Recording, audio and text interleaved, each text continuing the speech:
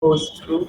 All right. Okay. So we are live and Assalamu alaikum everybody. Good evening everyone.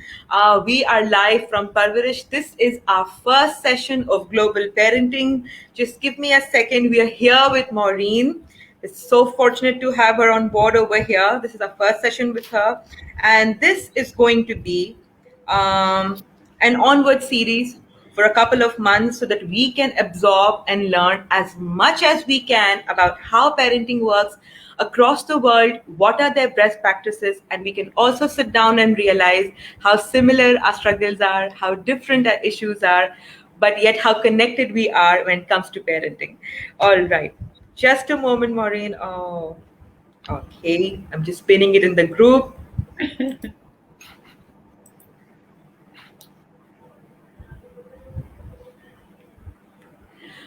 And we are there. All right. This is done.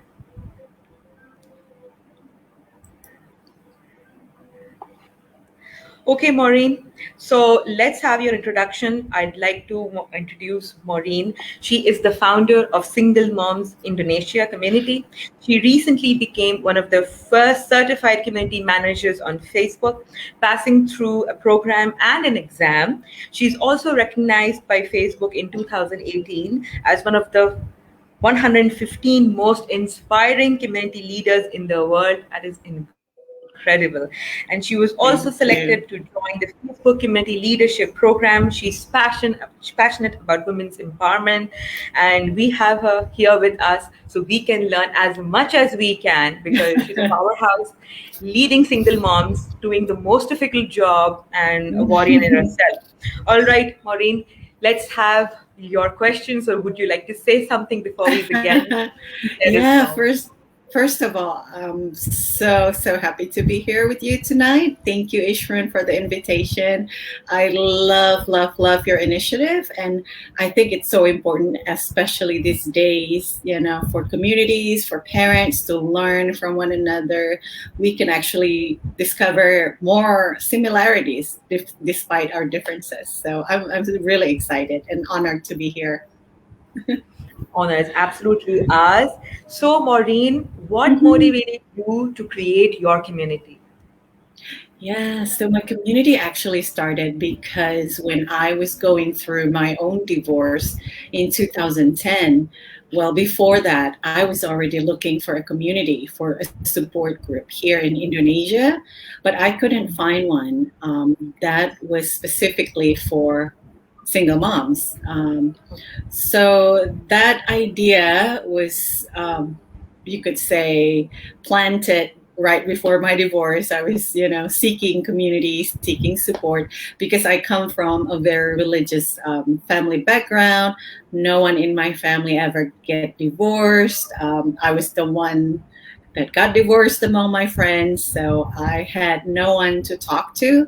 Um, and then I got divorced in 2010, but it wasn't until 2014 that I decided, okay, I'm just going to start the group because at that time in 2014, I already met several Indonesian single moms here, and we all had the same yearning, you could say, that we wish there's a community, there's a place where women can support one another. So then, yeah, on September 8th, 2014, we started with the Facebook group out of 3 members, and now we are a little over 5,000 members.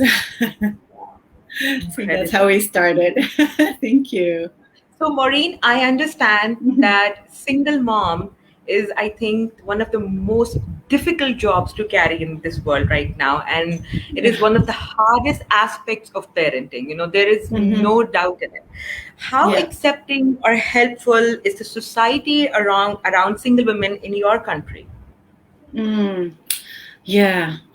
Sadly, because Indonesia is very patriarchy country. The support that single moms receive here is basically almost non-existent. I mean, the support that we do have comes directly from our immediate families, from our closest friends, but like for government assistant, we don't have that yet. Um, so a lot of the single moms here are left to fend for themselves and their children. And I think that's why it's so important to have a community, to build that kind of support system, support network, because not everybody is that lucky to have a supportive family. I mean, our members are spread all over Indonesia, and Indonesia have like 17,000 islands. So it's a huge country, and the stories that we've heard from members living in small remote areas, I mean, Ishron, you would never believe that that happened, but it did happen. Like, for example, someone that lives outside of the big cities, they would face like um, cultural stigma from their society, their environment, their surroundings. You know, people will gossip about them and label them as a failure women, as easy target, as, you know, like potential gold diggers, things like that, which is so not true. So we do face a lot of negative stigma, and I'm not quite sure when this whole stigma started, but even today in 2021, we still receive some, you know, there's one word in Indonesian for single mom. It's called janda. It's Janda, and it carried such a negative stigma because it blanket covered all single moms, no matter what your background is, even if you're becoming a single mom because your husband passed away, it's the same name. Oh, So, and they sadly a lot of you know a lot of the times we've seen this word is being used for cheap marketing gimmicks. It's like a clickbait, and every time I see that, I'm like, when are we going to stop? You know, they so put so much negative stigma on it, but then they use that word to make money out of it. So that's kind of, you know, unfair, but that's how it is. And what we do as a community, we told our members that the stigma has been around for only God knows how long, right? It won't change overnight. right. But what we can do is we can change how we react.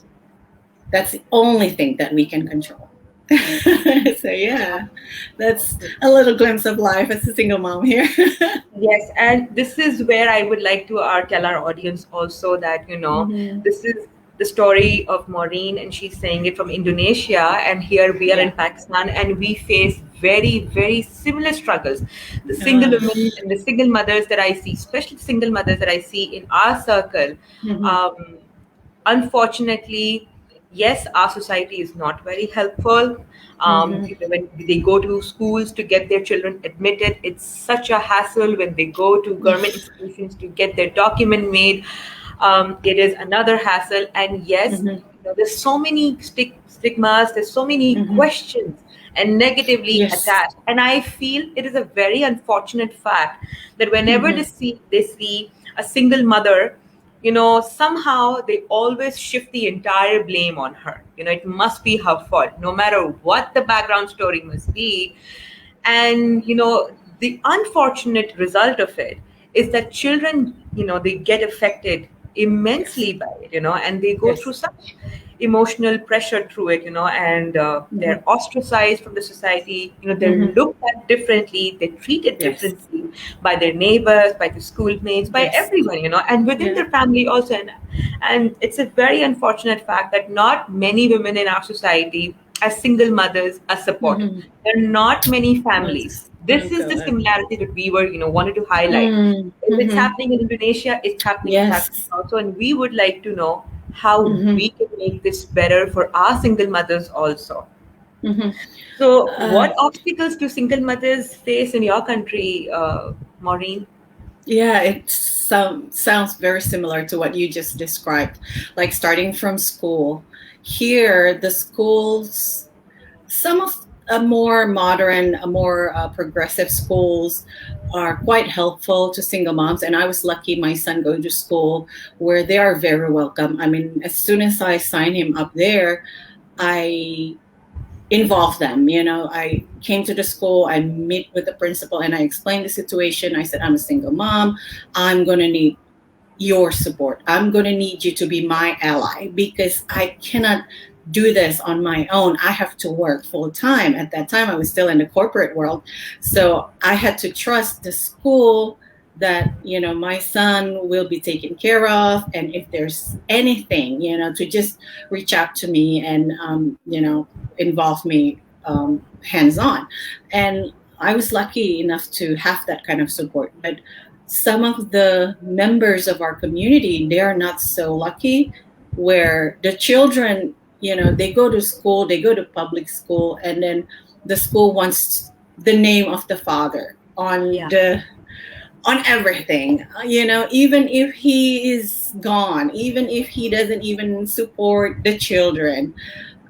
That's a little unfair, but sadly that's the system here. And I just discussed about this with someone a few months ago, and this person was in the government, and then he says, yeah, we need to do something to change this so it can be an optional, like if the mother wants only her name on the Hmm. certificate of the school, if the father is not around, so we have that option because we have every right. And to be honest, it's kind of painful to see that you're the one that support the children. You're the one that works 24/7, and then your name is not even on the paper. That's, you know, really sad. And yeah, we still face that. And then, of course, there's that stigma from society, and then from having to explain to your immediate family, like you said, women are still being blamed for most of the times.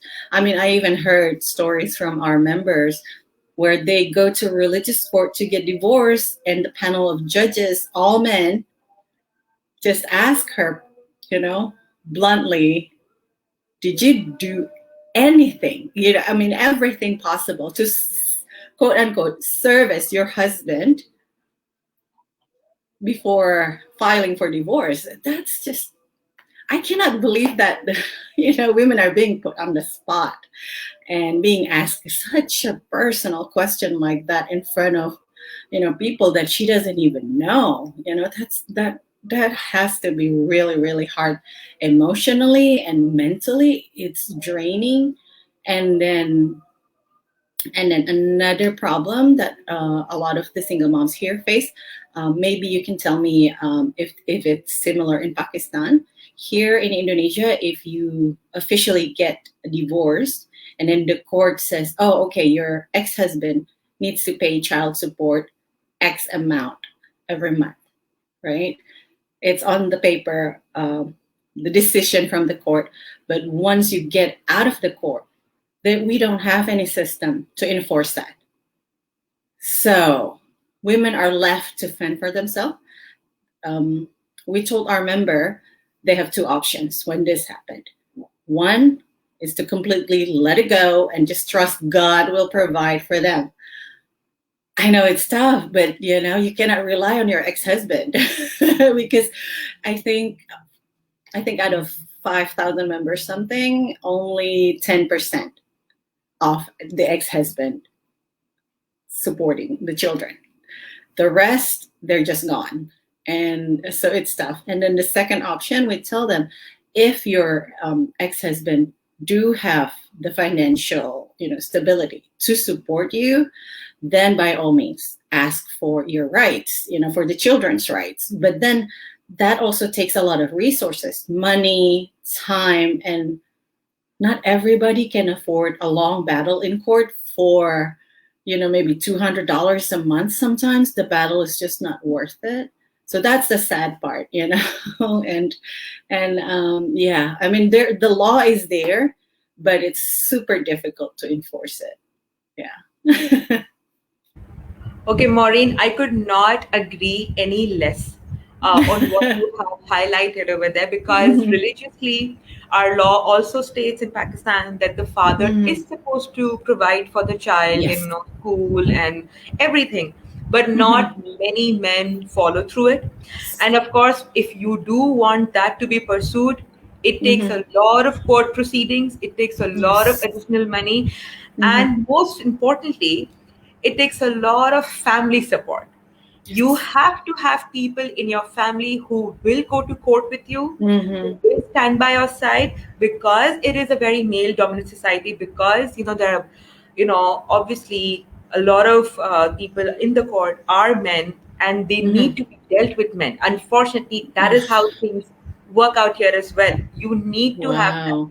Very Mhm. few women would be able to pursue this on their own, and it's a very, very Mhm. difficult situation. It's Mhm. a huge struggle, and like you said, it requires another set of a lot of money invested in it to Yeah. go through with the entire procedure. But this is Mhm. how it is. Most cases, men just they run away. They It's want to so provide, similar. they Yeah. completely, abandon all of their Yes. responsibilities. Very few follow through and recognize that, this is their responsibility. Mhm. And few have to be forced, and they are forced because, some incredible women, they said, I'm not going to let this Mhm. go. I'm Yeah. going to go through this.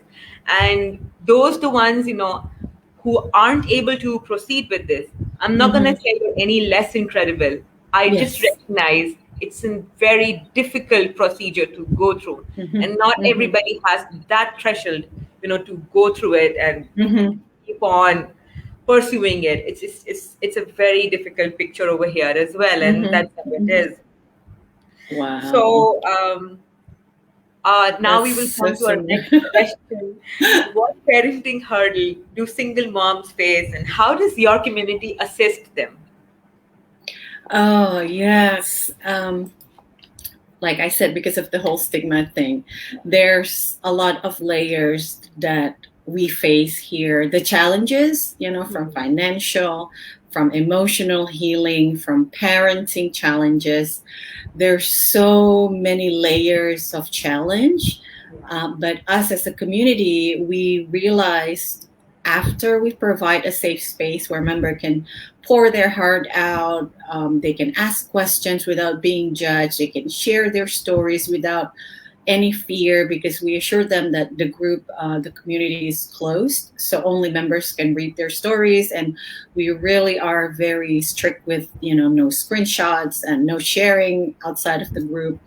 But we realized we need to create other programs that can empower the single moms, because like it or not, they have this huge responsibilities on their shoulders to raise their children, to fulfill the needs of the children. And it's tough, because you have to fix your heart, make peace with the past, do some self-healing, and then at the same time you have to figure out how can you survive as a single mom.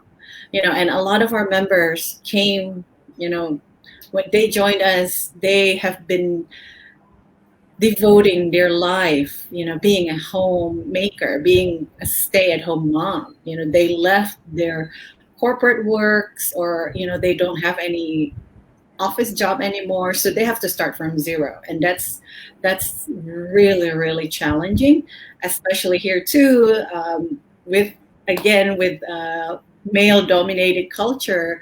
Women above a certain age, it's becoming harder and harder for them to return to the corporate world unless they have like a really high position before, or they have an overseas degrees maybe.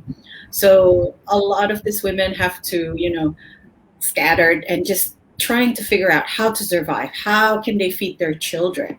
And what we offer in our group is a lot of skill-based programs. Like for example, the last workshops that we did is a homemade bratwurst, a sausage, homemade sausage.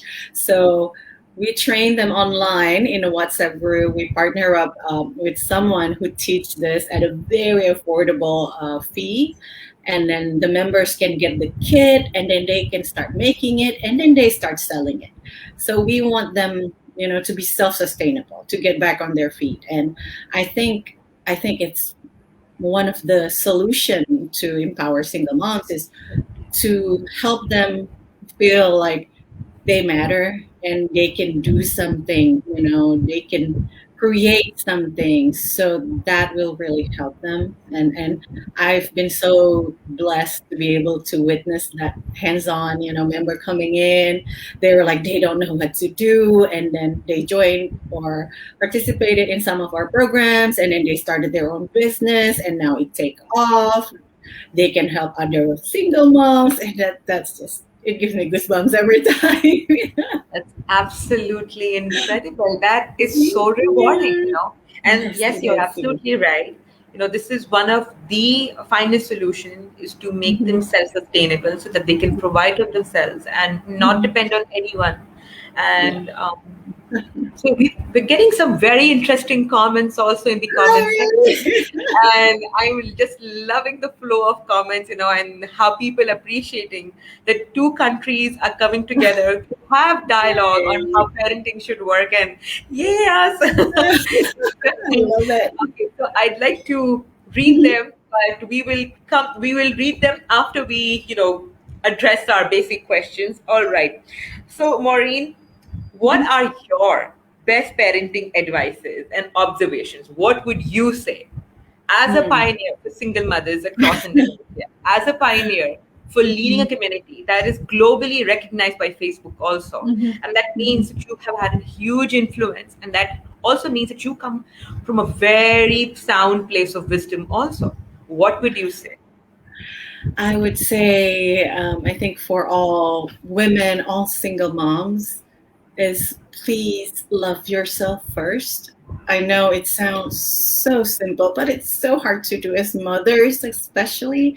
I mean, we were raised in a culture where we are expected to take care of other people, like from, yeah, I think you can relate maybe from, when we were little, we were told to be good girls, to well behave, to make everyone else happy. But sometimes we forget to fill our own cup. That, when we keep pouring and then we are running on empty, we will end up, not feeling so good. I mean, I've been in that position over and over again, and every time I got there, I was like, oh God, I forgot what I preach. I keep telling my friends and our community members, put yourself first, and it's not selfish, because remember, Ishran, if I know we're on pandemic and no one is flying at the moment, but whenever we get on an airplane, the flight attendant would always remind us that when the oxygen mask fell down, we need to put it on ourselves first, right? Before we help our children, our family. That is such a metaphor that live by, because I could never help other people or doing this whole parenting role, because it's hard. Being a parent is challenging, especially if you have to do it on your own. Yeah. I guess that's a long answer to your question. No, it was such a beautiful answer, and something that I also keep Mhm. reminding women in our community, and telling myself also. And you're so correct on so many levels that we were not taught to love ourselves, but we're supposed to, Yeah. we were taught to look after everybody around us but Mhm. ourselves. Yeah. And Yeah. you've said it all. I have nothing more to add to it. I completely agree with what you say, really. Oh, I'm so So let's happy. discuss some similarities Mhm. that our cultural parenting has, and your cultural parenting also would share, Mhm. and how we can, bridge them together and learn from it. What are Yeah, the I would best also. parenting practices of your country? How do you raise when children are born? What do you Mhm. feel are the best parenting practices when you're raising little babies? and then you come Mhm. to puberty and teenagers, and then you start making them independent beings when they finally Mhm. in their late teens. How do you go about that entire journey? How does your culture assist you? What are the best Mhm. practices? Let's have a Mhm. discussion on that. Yeah, I would also love to find out about the similarities from your country. Sure. I think in Indonesia, one of the best culture that we have when it comes to parenting is, the saying that it takes a village. Yeah. We in Indonesia, we practice that.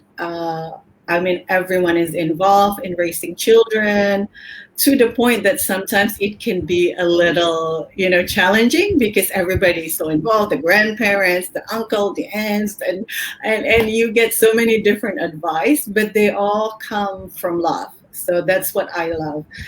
Family take care of each other, they support one another. I mean, even before the baby is born, you will get like a ton of motherly advice, like you need to do this, you need to do not do that. I mean, I love that, and it's something that I think in Asian countries, that's just part of our culture, right? Because we're a very communal society, and that can be challenging also if the opinions are too strong, and Right. you could easily end up being confused because of so many different conflicts of advices. But I really think that deep down to it, it comes with love, because for me personally, when I had my son, I was still living in the US. I was living in America and there's no family. And oh my God, Ishran, I swear to God, that was the hardest first year. I mean, that first year, I had to do everything on my own, and it was blurry because I missed my family. I had baby blues, and uh, it was tough. But yeah, I love how family are really, really supportive, and how connected we are. It's tough being, in this pandemic because I miss my big, crazy family. But yeah.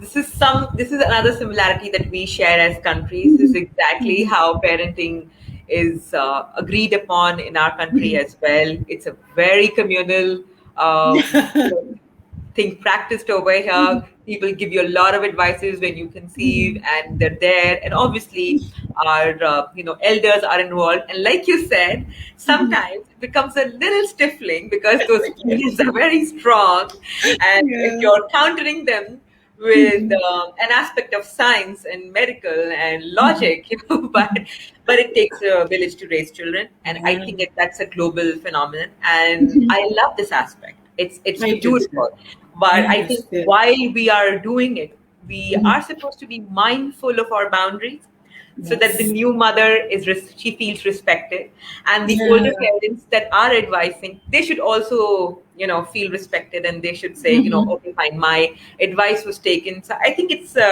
two-way road, so Yes, I it should agree. be treated with a lot of love and respect. Yeah, And I agree. when you raise your children and when babies are born, what are those Mhm. some practices that you feel are very proud of? What do you think are very good over there? Yeah, it's that kind of family bonding, like you said, where the grandparents really are so excited, to be of help. So it's not fully a burden of a new mom. There will Right. always be families around you to help you go through those first few months, especially when you don't get enough sleep from baby waking up. And then what I also love is the way, because of his, we're very communal, the family traditions, the family bonding, I think you can sense it more, and people are not so distant emotionally, between this uncle or that aunt, and it's like a big family when you get together, and that's something I love. And I'm so lucky my son have that in his life too, because um, his side of the family from his father, from my ex-husband, is in America. So the connection that we have is only online, through Facebook or the chat or the video call. So it's quite limited. And here he knows that he have a big crazy family. That although sometimes he don't understand like why people get so noisy, people ask questions so much, and I said, just roll with it, just go with it. Yes, oh, yeah. It comes from love. Let's, Absolutely. That's very yeah. wise of you to hold on to that advice and to give it also forward and to make him realize this also. Maureen, here I'd like to Mhm. discuss one aspect. Yeah. You know, how do you or how does your culture and parenting in Mhm. your country uh, treats discipline, and what are your views on Mhm. education? How is that advocated? And also, since you are raising a son, I think Mhm. it's very important how we raise our sons. I would Yes. also would want to know how the Indonesian culture Mhm. advocates parenting on raising genders, and what are their views and what we can learn from it. Yeah. Yes. That's a really great question, Ishran. Thank you. I mean, I'm so glad that we are now living in a more conscious, years and era where, we as women, as mothers, we try to raise our children not by following, 100% of the way that we were raised, because Oh, we are now living in a different time and different challenges. And there are things that, even I get shocked when my sons, brought up topics like, like LGBTQ. It's something that when I was young, I didn't know about that. I was shielded away from that, and now it's out in the open. So we have to be open enough as parents. We need to go with the flow. We cannot expect, the world and society to adjust to our values and our standards. But I think it's so crucial for us as parents to always keep an open mind, even though it's hard to accept because of it may clashes with our, values, our own beliefs. But I really think if we at least come with an open mind, then maybe there's some kind of lesson, some kind of understanding. Because, for example, um, when Trump was elected as president, right? Because my son is half American, half Indonesian, and he came up to me and he says, "Mommy, why did Trump hate immigrant?" Oh my God, Ishran, I was stunned. I think he was like 12 at that time or something. He was, young. And then he asked that kind of questions. And I'm like, how am I supposed to answer this in the right way? But it's a great conversation piece, because it allows us to have that kind of open discussion about it. And I look at it as a great opportunity, although it was like surprising to me, but at least it gives us an opportunity to discuss that there are people who have, different values, but maybe they convey it too strongly, and then it ended up hurting other people. And we shouldn't do that. We should love one another. We should always be kind, always be mindful of what we said, what we do, because you don't know, what you say have the power to hurt other people. So it's a great learning moment, but yeah, it's always challenging. And I think I'm lucky that I have such a um, easy, not easy, but my son is very understanding and very sweet. And so he always come up to me with that kind of questions. I think as a parent, it gives me an opportunity to learn from him too, because I got to hear his point of view. Because every time he asked me something, I always ended up asking him, what does he think? What does he feel? So it's great. And especially here in Indonesia, I think the culture is where men is not supposed to show emotions. Men need to Ah, be They need to be, tough. They can't show the sensitive side. And my boy has always been sensitive since the day he was born. He's always been super sensitive. I'm not sure. Maybe he got it from me. But um, yeah, but I taught him from early on that it's okay. Boys can cry too because you have emotions and you don't need to bottle things up. And I think that's one of the culture that I think I really hope that, especially in Asian country, that we can stop putting so much pressure for the men, the boys, so they grow up as men who recognize their own emotions, not just bottling it up, but having the ability also to communicate it, to translate that into words. So maybe that way we can avoid, a lot of problems that men are facing when they are adults. True. That's just, Very, very yeah. true. Very, very Yeah. true. This is another similarity that Pakistan and Indonesia shares is that men, are supposed to be macho, and for them, machoism means be devoid of any Mm, feeling, and it's yes. not encouraged, and on a very daily basis, we get queries in Parwaresh also that my son Mm. cries, and I always tell them that it's okay Oh, if he does. it's It's okay. good. Yeah. He's expressing himself. It's just a way. But they Yeah. feel that if he becomes too Um, crying on right now, he he'll be will keep bullied. on, when he grows up, he will be too sensitive. And I always want to tell parents over here that there is no such thing as being too sensitive. You're just aware of your emotions. And Yes. if you are, what you say, too sensitive, then you'll Mhm. also be in a position to acknowledge someone else's feelings, Yeah, because so when true. you are not taught to be control of your emotions, when Mhm. you are not taught to explore them and to express them and to accept them, Mhm. as adult it becomes a huge struggle for you to accept someone Mhm. else grief or whatever they're going Yeah. through. And that is Yes. why we have so much of emotional disbalance as adults, throughout the world. So that's Yeah. another similarity that we share as I countries. love discovering And that. I hope we can work on it together. I hope we Yeah. can. I So I hope now so we too. so we'll go through the questions. So my moderator Kiran, she says, Maureen, you have a beautiful smile, and Oh, she thank also you. says that she agrees with you that we need to change with the flow. And Mhm. so a lot of my members are loving your responses, and it's Oh, so I'm so nice to happy. discover that we share so many similarities. Yes. There's so many Surprisingly. stigmas, Wow.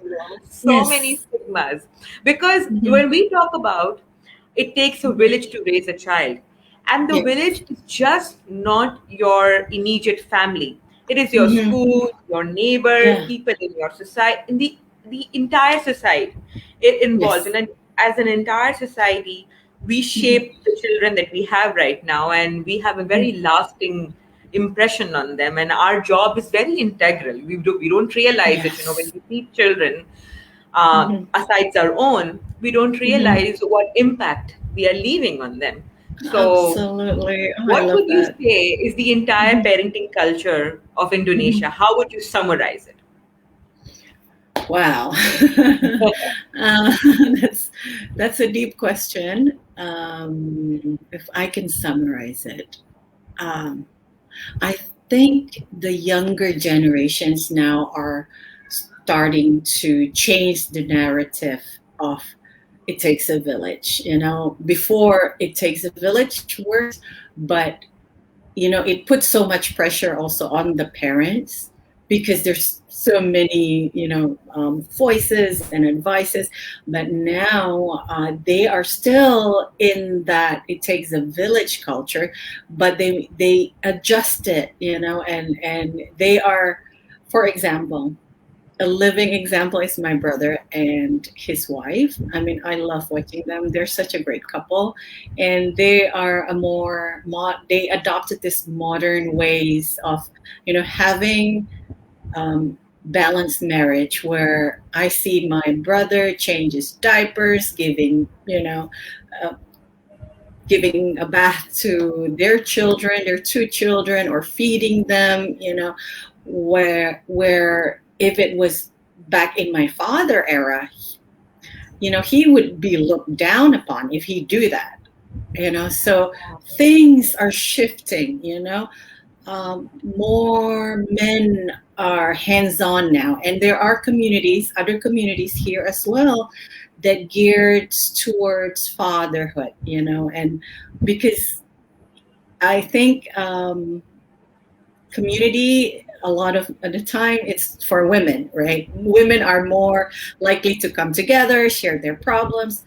But now men are starting to do that. And I'm so excited to see that. So I think the parenting style is shifting following, how things are now. But I think it's brilliant because now, you know, there's no more, the gender roles are, can easily switch between a husband and a wife. And I love seeing that. I love seeing, like, for example, my brother doing the dishes, and he's not like complaining about it. Like, he's just, whatever, it's just this. And I try to teach my son that, so there's no like, oh, housework is women's work or girls' work, and then it's everybody's work. So I think that kind of transition is becoming more and more palpable in the younger couples, younger parents, and I absolutely love seeing that. Amazing.